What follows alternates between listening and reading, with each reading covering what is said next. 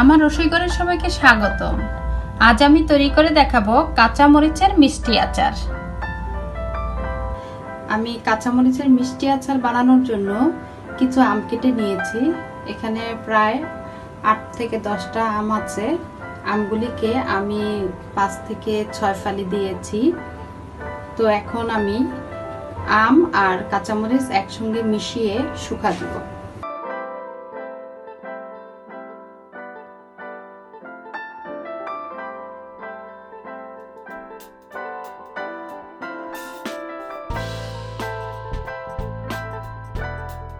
আমার কাঁচামরিচ একসাথে যেটা মিশিয়ে শুকা দিয়েছিলাম, এটা শুকিয়ে গিয়েছে। এখন আমি আম আর কাঁচামরিচটা একটা পাতিলে নিয়ে নিয়েছি। এখন আমি এটাতে সব মশলা দিব যা লাগছে এতে। তো আমি প্রথমেই দিয়ে দিচ্ছি কিছুটা আদা কুচি। আমি এখানে 2 ইঞ্চির মতো আদা নিয়েছিলাম, এটাকে কুচি করে রেখেছি। কিছু শুকনা মরিচ কুচি করে রেখেছিলাম, সেটা দিয়ে দিচ্ছি। আরো দিয়ে দিচ্ছি 1 কাপের মতো সিরকা।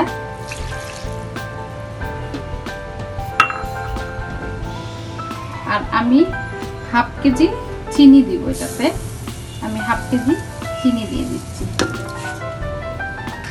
এখন আমি এগুলি সব মিশিয়ে একসাথে জাল করে নিব।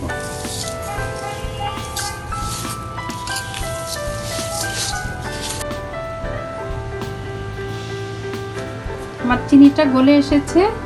এখন আমি 5 থেকে 10 মিনিট একটু ফুটিয়ে নিব।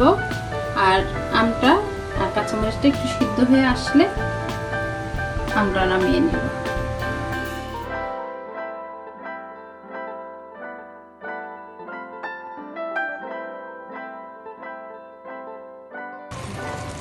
আমার আচারটা প্রায় হয়ে গিয়েছে। এখন আমি একটু লবণ দেখে নিব।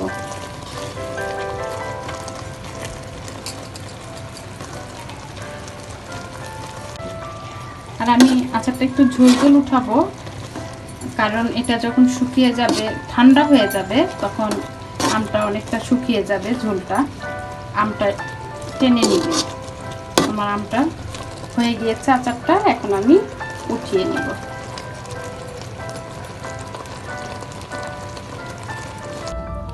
তৈরি হয়ে গেল আমার কাঁচামরিচের মিষ্টি আচার।